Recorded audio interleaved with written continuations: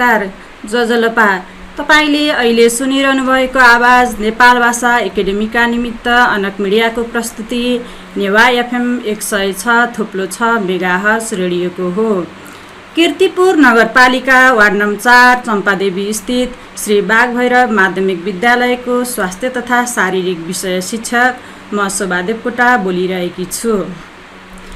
आज म यस रेडियो कार्यक्रममा कीर्तिपुर नगरपालिकाद्वारा सञ्चालन गरिएको रेडियो शिक्षा कार्यक्रम अन्तर्गत कक्षा 7 को स्वास्थ्य तथा शारीरिक विषयको रेडियो शिक्षा कार्यक्रम लिएर हजुरहरू सामु उपस्थित भएकी छु।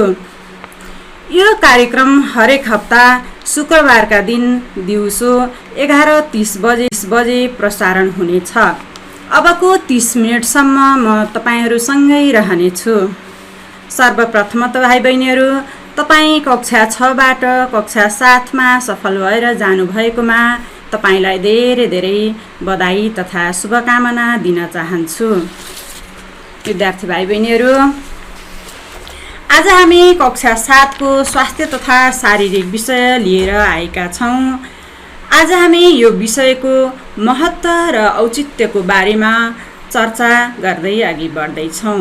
प्यारा विद्यार्थी भाइ बहिनीहरू, आफ्नो पाठ्य सामग्री लिएर आफ्नो रेडियो सेट अगाडि बसिसक्नु भएको छ भन्ने कुरामा म विश्वस्त छु।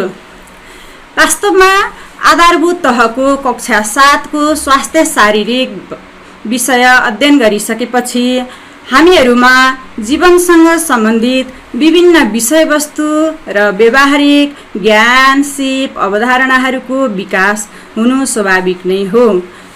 वास्तवमा स्वस्थ बानी व्यवहारहरूको अवलम्बन गरी स्वस्थ सम्बन्धी सकारात्मक व्यवहार परिवर्तन गरी स्वास्थ्य जीवन जिउन यस विषयले सिकाउँछ। प्यारा भाइ बहिनीहरू, नेपालको संविधान 2072 ले पनि स्वास्थ्य शिक्षालाई मौलिक हकका रूपमा उल्लेख गरेको छ। भाइ बहिनीहरू, भाग 3 को धारा 35 मा स्वास्थ्य सम्बन्धी मौलिक हकको व्यवस्था गरेको छ। यो अत्यन्तै सराहनीय मानिन्छ।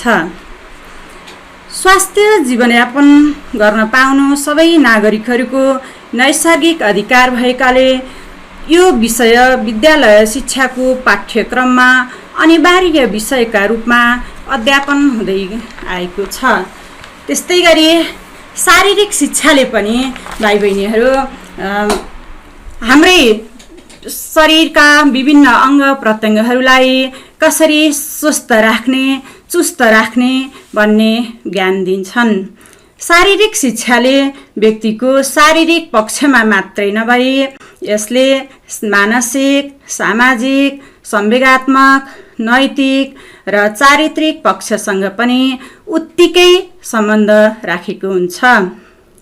बढ्दो तथा हुर्कँदो उमेरका विद्यार्थी भाइ बहिनीहरूलाई विभिन्न शारीरिक क्रियाकलापहरूमा, व्यायाममा, योगामा, खेलकुद तथा एथलेटिक्सहरूमा भाग लिई सक्रिय रूपले अभ्यास गरेको खण्डमा विभिन्न किसिमका शारीरिक दुर्बलताबाट छुटकारा तथा मुक्त पनि पाउन सकिन्छ।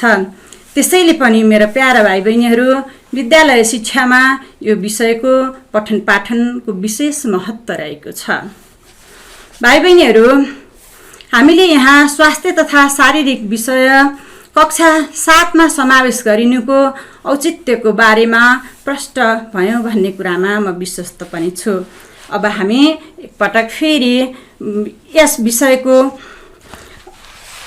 मुख्य विषयवस्तुतर्फ प्रवेश गर्दैछौँ। भाइ बहिनीहरू, हामीले कक्षा 6 मा स्वास्थ्य तथा शारीरिक विषय अध्ययन गरेर आइसकेका छौँ। त्यसैले मैले विश्वास लिएको छु तपाईले यस विषयमा केही जानकारी लिइसक्नु भएको छ। तर पनि भाइ बहिनीहरू, अब हामी यहाँ यस विषयवस्तुको बारेमा मोटामोटी चर्चा गर्नेछौँ। भाइ बहिनीहरू, यस विषयको पाठ्यभार 3 रहेको छ अथवा हप्तामा 3 दिन यसको पठन पाठन हुनेछ र यसको पूर्णाङ्क 50 रहेको छ, जसमध्ये 30 पूर्णाङ्क चाहिँ सैद्धान्तिक र 20 पूर्णाङ्क चाहिँ प्रयोगात्मक क्रियाकलापको लागि छुट्याइएको छ। बाबु नानीहरू, यो विषयका विषयवस्तुहरूलाई 2 भागमा पनि वर्गीकरण गरिएको छ। पहिलो भागमा के होला अनुमान गर्नुस् त? स्वास्थ्य शिक्षा। Very good. र दोस्रो भागमा शारीरिक शिक्षाका विषयवस्तुहरू राखिएका छन्।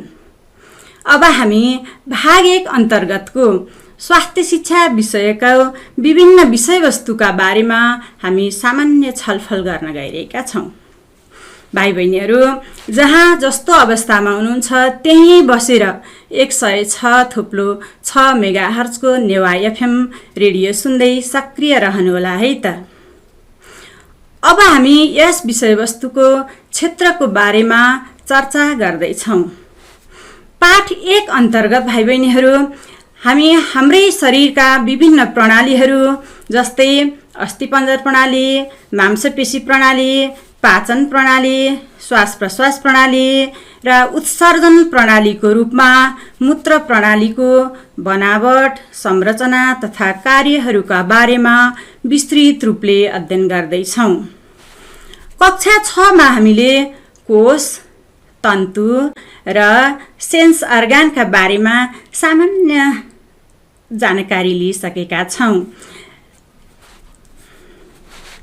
भाइ बहिनीहरू, अब हामी पाठ 2 अन्तर्गत हामी हाम्रै व्यक्तिगत स्वास्थ्यका बारेमा चर्चा गर्नेछौँ। यो पाठको अध्ययन पश्चात भाइ बहिनीहरू, हामी हाम्रै शरीरको हेरचाह गर्ने विभिन्न उपायहरू प्रदर्शन गर्न सबल हुनेछौँ र व्यक्तिगत स्वास्थ्यलाई मजबुत राख्नको लागि हामी हरदम प्रयास रहनेछौँ।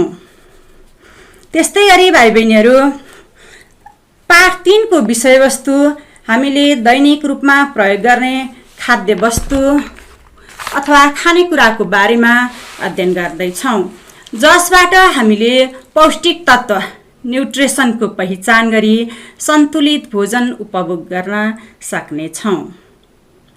त्यस्तै गरी भाइ बहिनीहरू, पाठ 4 मा सर्ने र नसर्ने रोगहरूका बारेमा हामीले अध्ययन गर्नेछौँ।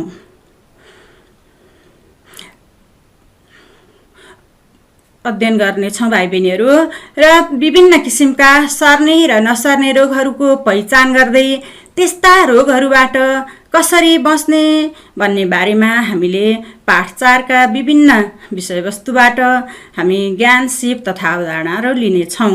भाइ बहिनीहरू, अहिले हामी कोभिड-19 को पेन्डेमिक स्ट्रेसमा छौँ। यो रोग के कसरी लाग्छ र यसबाट बच्न के कस्ता उपायहरू अपनाउन सकिन्छ भन्ने कुराहरू पनि आगामी दिनका पाठ्यक्रमहरूमा यी विषयवस्तुहरू पक्का समेटिनेछन् भन्ने कुरा हामीले विश्वास गरेका छौँ।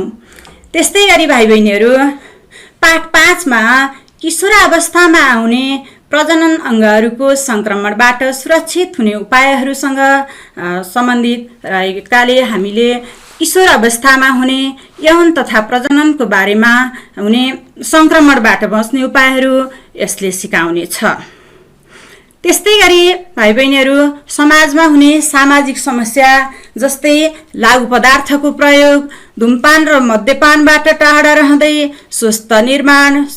स्वस्थ समाज निर्माणमा महत्त्वपूर्ण भूमिका निर्वाह गर्न पनि यस विषयले टेवा पुर्याउनेछ।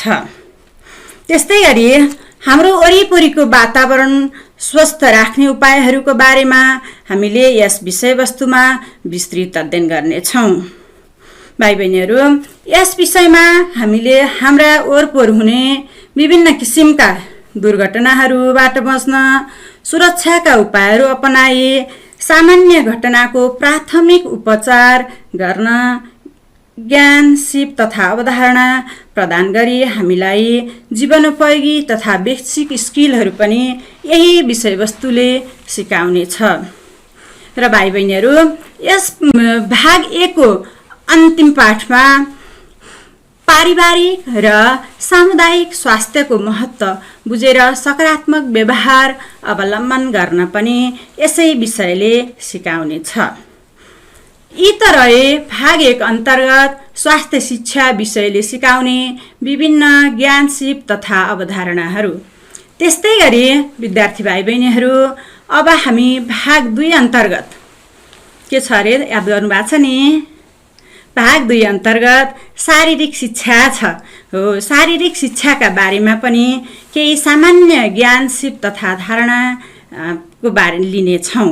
भाइ बहिनीहरू, शारीरिक शिक्षा पनि तपाईँ हाम्रा लागि कुनै नौलो विषयवस्तु भने होइन, किनभने कक्षा 5 मा र कक्षा 6 मा र अन्य कक्षाहरूमा पनि हामीले यसको सामान्य ज्ञान सिपहरू लिइसकेका छौँ अथवा अघिल्ला कक्षाहरूमा हामीले यसको अध्ययन गरिसकेका छौँ। त्यस्तै गरी भाइ बहिनीहरू, शारीरिक शिक्षाले हाम्रो सर्वाङ्गीण पक्षको अथवा चौतर्फी विकास गराउँछ। भाइ बहिनीहरू, हाम्रो शारीरिक, मानसिक, संवेगात्मक, नैतिक र चारित्रिक पक्षको विकासमा यसले विशेष गरी जोड दिन्छ। भाइ बहिनीहरू, शारीरिक शिक्षा प्राप्त गर्ने महत्त्वपूर्ण माध्यमका रूपमा शारीरिक क्रियाकलाप तथा खेलकुदलाई नै मानिन्छ। तर भाइ बहिनीहरू, हामी यस्तो अवस्थामा प्रयोगात्मक क्रियाकलापहरू प्रत्यक्ष रूपमा गर्न नसके तापनि तपाईहरू आफ्नै घर आँगनमा इन्डोर गेम तथा आउटडोर गेमहरू खेलेर र विभिन्न किसिमका शारीरिक क्रियाकलाप, योग, व्यायामहरू गरेर आफूलाई स्वस्थ र सबल बनाउँदै बस्नुहोला। त्यस्तै गरी भाइ बहिनीहरू, कक्षा 7 मा शारीरिक शिक्षाले विभिन्न अङ्गहरूको कसरत जस्तै हात, खुट्टा, घाँटी, ढाडहरूको कसरत गरी हामीलाई स्वस्थ जीवन जिउन सघाउ पुर्याउँछ। त्यति मात्रै नभइकन भाइ बहिनीहरू, शारीरिक शिक्षामा कवाज, शारीरिक व्यायाम अथवा पिटी, योग, खेलकुदहरू र एथलेटिक्सका विभिन्न क्रियाकलापहरू गर्दै यससँग सम्बन्धित ज्ञान, सिप तथा अवधारणाहरू यसले दिनेछ। तर भाइ बहिनीहरू, शारीरिक शिक्षाका विभिन्न सिपहरू जस्तै पिटी, योग, कवाज, विभिन्न खेलका आधारभूत सिपहरू जस्तै volleyball, football, basketball, kho-kho, cricket आदिका बेसिक स्किलहरू वा लिड अप गेमहरू प्रत्यक्ष रूपमा यस रेडियो शिक्षा कार्यक्रमबाट मैले तपाईँ समक्ष प्रयोगात्मक प्रदर्शन गर्न नसके तापनि केही सैद्धान्तिक ज्ञानहरू दिने प्रयत्न गर्नेछु।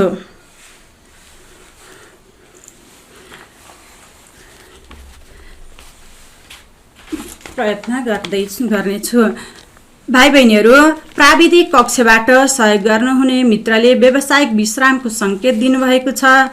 त्यसैले हामी अब एकैछिनको विश्रामपछि फेरि जोडिने नै छौँ। भाइ बहिनीहरू, आफ्नो रेडियो सेट अगाडि बसिरहनु होला है त। भाइ बहिनीहरू, यो छोटो व्यावसायिक विश्रामपछि हामी पुनः जोडिएका छौँ। भाइ बहिनीहरू, अघि हामीले शारीरिक शिक्षाको बारेमा चर्चा गर्दैछौँ। अब फेरि हामी एकैछिन त्यही शारीरिक विषयतर्फ नै प्रवेश गर्दैछौँ। भाइ बहिनीहरू, शारीरिक क्रियाकलाप तथा विभिन्न खेलकुद हाम्रा शरीरका लागि विभिन्न आन्तरिक तथा बाह्य अङ्गहरूलाई बलियो, फुर्तिलो, स्वस्थ र चुस्त बनाई यसको कार्यक्षमतालाई बढाउने विषय हो। तर यस्ता खेल तथा शारीरिक क्रियाकलापहरूलाई नियमित तथा खेल नियमअनुसार गर्नु अत्यावश्यक मानिन्छ। त्यसैले भाइ बहिनीहरू, तपाईँ पनि जहाँ जसरी जस्तो अवस्थामा हुनुहुन्छ, कोभिड-19 सम्बन्धी WHO को नियमलाई पालना गर्दै आफ्नै घर आँगनमा समय अनुकूलता अनुसार दैनिक आधा घण्टा जति शारीरिक कसरत, सामान्य खेलहरू खेल्दै आफ्नो स्वास्थ्य राम्रो बनाउनु होला है त। र आफ्ना परिवारका सम्पूर्ण सदस्यहरूलाई पनि विभिन्न शारीरिक कसरत तथा व्यायाममा शरीक रहन प्रेरित गर्दै गर्नुहोला है।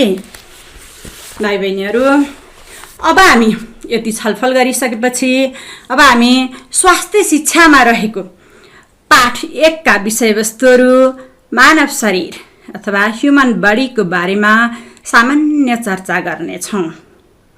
भाइ बहिनीहरू, मानव शरीर अर्थात् हाम्रो शरीर के मिलेर बनेको होला त? एकैछिन सोच्नुहोस् त। हाम्रो शरीर वास्तवमा असंख्य कोषहरू मिलेर बनेको छ। ती कोषहरू नै मानव शरीरका सबैभन्दा सानो कार्यात्मक इकाइ पनि हो। तिनै उस्तै विशेषता भएका, उस्तै बनावट भएका कोषहरूको समूह मिलेर टिस्यु अथवा तन्तु बनेका हुन्छन्। तिनै तन्तुहरूको समूहबाट विभिन्न किसिमका अर्गान अथवा अङ्गहरूको निर्माण भएको हुन्छ। हो, त्यस्तै गरी भाइ बहिनीहरू, कुनै निश्चित कार्य सम्पन्न गर्नका लागि खटिएका अङ्गहरूको समूहलाई प्रणाली भनिन्छ। मानव शरीरमा विभिन्न कार्यहरू सम्पादन गर्न खटिएका प्रणालीहरू जम्मा 10 वटा छन्।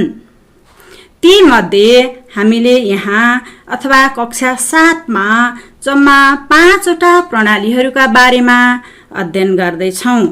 भाइ बहिनीहरू, अस्थिपञ्जर प्रणाली नम्बर 1 मा छ। अस्थिपञ्जर प्रणालीको बारेमा हामी अध्ययन गर्दैछौँ। 2 नम्बरमा मांसपेशीय प्रणाली, त्यस्तै 3 नम्बरमा पाचन प्रणाली, 4 नम्बरमा के होला त? गेस गर्नुहोस् त। हामीले जति बेला पनि फेरिरहने लिइरहने श्वास प्रश्वास प्रणालीको बारेमा। भेरी गुड, श्वास प्रश्वास हामी लिइरहन्छौँ, त्यही श्वास प्रश्वास प्रणालीको बारेमा हामी पढ्नेछौँ। त्यस्तै 5औं नम्बरमा चाहिँ हामीले निष्कासन प्रणाली अन्तर्गत मूत्र प्रणालीको बनावट तथा संरचना र यिनका कार्यहरूको बारेमा अध्ययन गर्नेछौँ। भाइ बहिनीहरू, कक्षा 6 मा हामीले कोष, तन्तु तथा 5 वटा सेन्स अर्गानको बारेमा अध्ययन गरिसकेका छौँ। अब हामी यहाँ सिस्टमको बारेमा अध्ययन गर्नेछौँ। भाइ बहिनीहरू, अब हामी मानव शरीरको अत्यन्तै महत्त्वपूर्ण प्रणाली अस्थिपञ्जर प्रणालीका बारेमा डिटेलमा स्टडी गर्नेछौँ। आफ्ना सम्पूर्ण पाठ्य सामग्रीहरू साथै राख्दै गर्नुहोला है त। भाइ बहिनीहरू, अब हामी अस्थिपञ्जर प्रणाली अथवा स्केलेटन सिस्टमतिर लाग्यौँ है त। भाइ बहिनीहरू, अस्थिपञ्जर प्रणाली भनेको के होला अथवा अस्थिपञ्जर भनेको के होला? एकैछिन सम्झनुहोस् त। गुड, ठिक भन्नुभयो। अस्थिपञ्जर भनेको हाडहरूको समूह हो।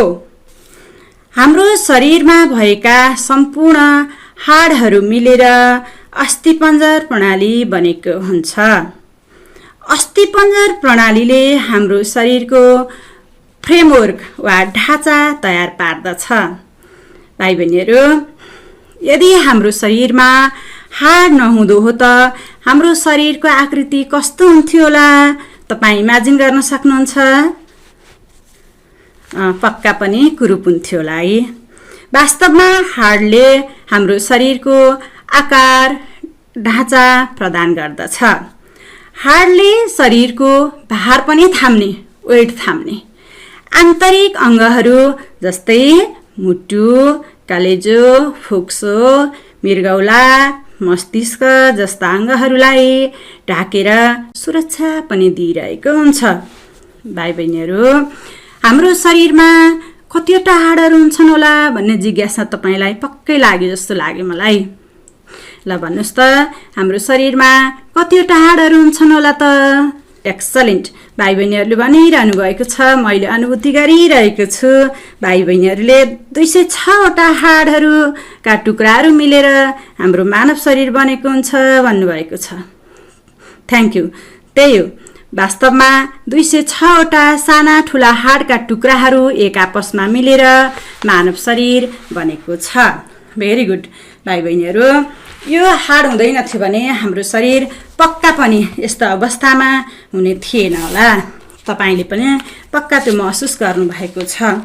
अब हामी यहाँ तिनै हाडहरू कस्ता कस्ता प्रकारका छन् त त्यसको बारेमा अध्ययन गर्दैछौँ। कुनै हाडहरू लाम्चा होलान्, हातगोडामा पाइने हाड लाम्चा होलान्, कुनै चेप्टा, कुनै छोटा हाडहरू हुन्छन् भन्ने तपाईँलाई लागेको छ भने म यसलाई अझै प्रष्ट पार्न गइरहेको छु। भाइ बहिनीहरू, वास्तवमा हाम्रो शरीरका हाडका आकार प्रकारलाई 4 भागमा वर्गीकरण गरी अध्ययन गर्न सकिन्छ। नम्बर 1 मा छ लामा हाडहरू, लङ बोन। हाम्रो हात तथा खुट्टामा रहेका लामा हाडहरू हुन्। यिनीहरू विकसित आकारका हुन्छन्। लामा हाडहरू पाइने स्थानहरू कहाँ हुन्? कुन कुन अङ्गमा लामा हाडहरू पाइन्छन् होला? पाखुराको हाडमा, नाडीको हाडमा, तिघ्राको हाड पनि लामो हाड अन्तर्गत नै पर्छ, अनि नली खुट्टाका हाडहरू पनि लामो हाड अन्तर्गत नै पर्दछ। त्यस्तै अर्को छ छोटो हाड अथवा सर्ट बोनहरू। छोटा हाड शरीरका विभिन्न भागहरूमा पाइन्छन्। यी हाडहरू धेरै जसो कोण आकारमा हुन्छन् भाइ बहिनीहरू। जस्तै यी छोटा हाडहरू औँलाका हाडहरू हुन्, नाडीका हाडहरू हुन्, हत्केलाका हाडहरू पनि छोटा हाडकै उदाहरण हुन्। हेर्नुहोस् त, औँलामा कति छोटा हाडहरू छन्। एउटा औँलामा तपाईँको 3वटा जोर्नी छ, होइन? यिनीहरू वास्तवमा साना साना 3वटा हाडका टुक्राहरू मिलेर एउटा सिङ्गो औँला बनेको छ। त्यसैले औँलामा पाइने हाड छोटो हाडको उदाहरण हो भाइ बहिनीहरू। त्यस्तै गरी अनियमित टाइपका हाडहरू पनि हाम्रो शरीरमा छन्। यस्ता हाडहरूको निश्चित आकार प्रकार हुँदैन। यी हाडहरू धेरै आकारमा हुन्छन्। जस्तै मेरुदण्डमा पाइने हाड पनि अनिश्चित प्रकारको हाड हो र अनुहारमा पाइने हाड पनि अनियमित अथवा अनिश्चित प्रकारको हाडकै उदाहरण हो भाइ बहिनीहरू। अर्को हाडको प्रकार छ चेप्टा खालका हाडहरू। चेप्टा हाडहरू केही फराकिला आकृतिका हुन्छन्। यी हाडहरू खास गरेर भित्री अङ्गहरूलाई सुरक्षा गर्नुपर्ने ठाउँमा रहेका हुन्छन्। जस्तै खप्परको हाड। खप्परको हाडले केलाई सुरक्षा बनाएको हुन्छ होला? केलाई सुरक्षा दिइरहेको हुन्छ होला? मस्तिष्कलाई हो। खप्परको हाडले मस्तिष्कलाई सुरक्षा प्रदान गरेको छ। त्यस्तै पाताको हाड, करङका हाडहरू पनि यसका उदाहरण हुन्। करङका हाडले हाम्रो भित्री अङ्गहरू मुटु, कलेजो, फोक्सो आदिलाई सेफ गरेको छ। त्यस्तै भाइ बहिनीहरू, यहाँ हामीले अध्ययन गऱ्यौँ हाडका प्रकारहरूको बारेमा। अब हामी हाडको कार्य के होला त यसको बारेमा हामी अध्ययन गर्छौँ। हाडले के काम गर्छ होला? तपाईँ एकैछिन सोच्नुहोस् त भाइ बहिनीहरू। हाडले शरीरको आकार र ढाँचा अथवा रूपरेखा अथवा फ्रेमवर्क बनाउँछ। फ्रेमवर्क, हाम्रो फ्रेमवर्क तयार पार्ने नै वास्तवमा हाडले नै हो। हाडले मांसपेशीको सहायताबाट शरीरलाई चाल प्रदान गर्दछ। हाम्रो शरीरमा हुने मुभमेन्टहरू हाडले गर्दा नै हो भाइ बहिनीहरू। मांसपेशी टाँसिएर हाड गतिशील अवस्थामा आउँछ।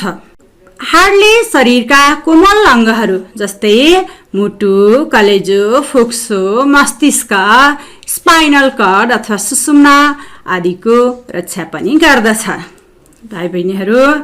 हाडले क्याल्सियम, फस्फोरस र चिल्लो पदार्थलाई समेत भण्डारण गर्दछ। त्यस्तै भाइ बहिनीहरू, हाडले शरीरलाई सहारा दिन्छ। अनि भाइ बहिनीहरू, हाडभित्रको मासु अथवा बोन म्यारोले के गर्छ होला? आरबिसी, डब्लुबिसीहरू तयार पार्छ, भनेका रक्तकोषहरू तयार पार्छ। ल भाइ बहिनीहरू, आज हामीले यो हाड अथवा अस्थिपञ्जर प्रणाली र अस्थिपञ्जर प्रणालीमा रहेका हाडहरूको सङ्ख्या, अनि हाडहरूका प्रकार र हाडहरूका कार्यको बारेमा अध्ययन गऱ्यौँ। अब हामी अर्को पाठमा जोर्नीका बारेमा अध्ययन गर्नेछौँ। 206वटा साना ठुला हाड जोडिएको ठाउँ अथवा 2 वा 2 भन्दा बढी हाडहरू जोडिएको ठाउँलाई जोर्नी भनिन्छ भन्ने कुरा हामी आगामी कक्षामा अध्ययन गर्नेछौँ। ल भाइ बहिनीहरू, अब तपाईँसँग छुट्टिने बेला आइसकेको छ। त्यसैले मैले तपाईँलाई थोरै गृह कार्य दिनेछु। ल भाइ बहिनीहरू, कापी कलम लिएर टिप्नु होला है त। 1 नम्बरमा छ अस्थिपञ्जर प्रणाली भनेको के हो? लेख्नुभयो, व्हाट इज स्केलेटन सिस्टम अथवा अस्थिपञ्जर प्रणाली भनेको के हो? दोस्रो नम्बरमा हाडका कुनै 5वटा कार्यहरू लेख्नुहोस्। टिप्नुभयो। Write any 5 functions of the bone. हाडका कुनै 5वटा कार्यहरू लेख्नुहोस्। भेरी गुड भाइ बहिनीहरू, यति होमवर्क गर्नुहोला। फेरि हामी अर्को कक्षामा भेट हुने नै छौँ। ल भाइ बहिनीहरू, आजको यस कार्यक्रमका लागि निर्धारित समय सकिएको सङ्केत आएको छ। त्यसैले यस कार्यक्रमका लागि प्राविधिक कक्षबाट सहयोग पुर्याउनु हुने प्राविधिक मित्र युनिक साक्यलाई धन्यवाद ज्ञापन सहित आजको कार्यक्रमबाट म शोभा देवकोटा बिदा हुन्छु र अर्को हप्ता यसै समयमा फेरि उपस्थित हुने बाचा गर्नेछु। हस् त, धन्यवाद, नमस्कार। यहाँको दिन शुभ रहोस्। भाइ बहिनीहरू, बेला बेलामा साबुन पानीले हात धोएर सुरक्षित भई स्वस्थ भइरहनुहोला।